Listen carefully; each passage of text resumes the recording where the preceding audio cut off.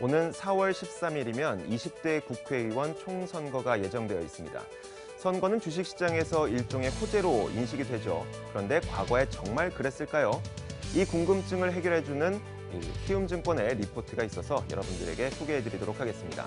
자, 먼저 본론을 이야기하기에 앞서서 여러분들에게 퀴즈를 한 가지 드릴게요. 코스피 시장이 총선을 전후해서 어떤 움직임을 보였을까요? 첫 번째 보기는 총선을 기점으로 그 전까지는 기대감과 함께 주가가 올라가다가 총선이 실시된 이후에는 주가가 하락할 것이다. 첫 번째 보기고요. 두 번째 보기는 총선 전까지 별다른 움직임이 나타나지 않았다가 총선이 실시된 이후에 주가가 올라갈 것이다. 세 번째 보기는요. 총선 전부터 주가가 올라가기 시작하더니 총선이 실시된 이후에도 주가는 꾸준한 상승을 보일 것이다.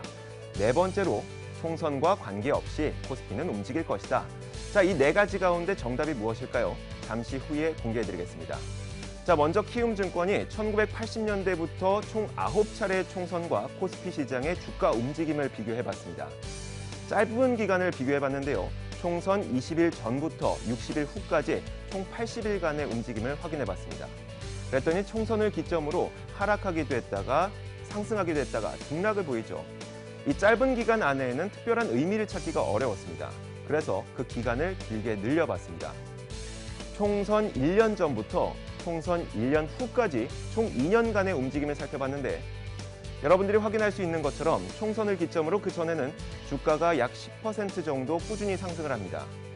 하지만 총선을 기점으로 그 주가는 다시 제자리를 찾게 되죠. 그러다가 약 6개월 정도가 지난 이후에는 국회의원들이 내걸었던 공약들이 정책으로 현실화되면서 다시 한번 주가는 올라가게 됩니다.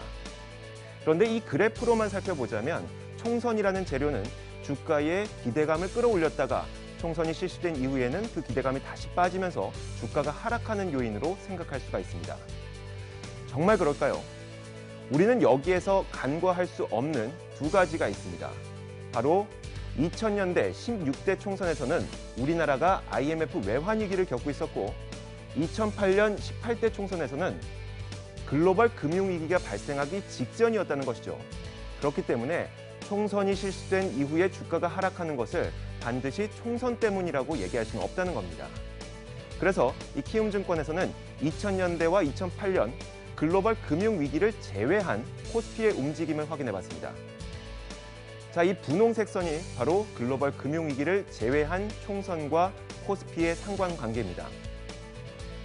총선이 실시되기 이전부터 이 코스피 시장은 꾸준히 상승하기 시작하더니 총선이 실시된 이후에도 주가는 꾸준한 상승세를 그립니다.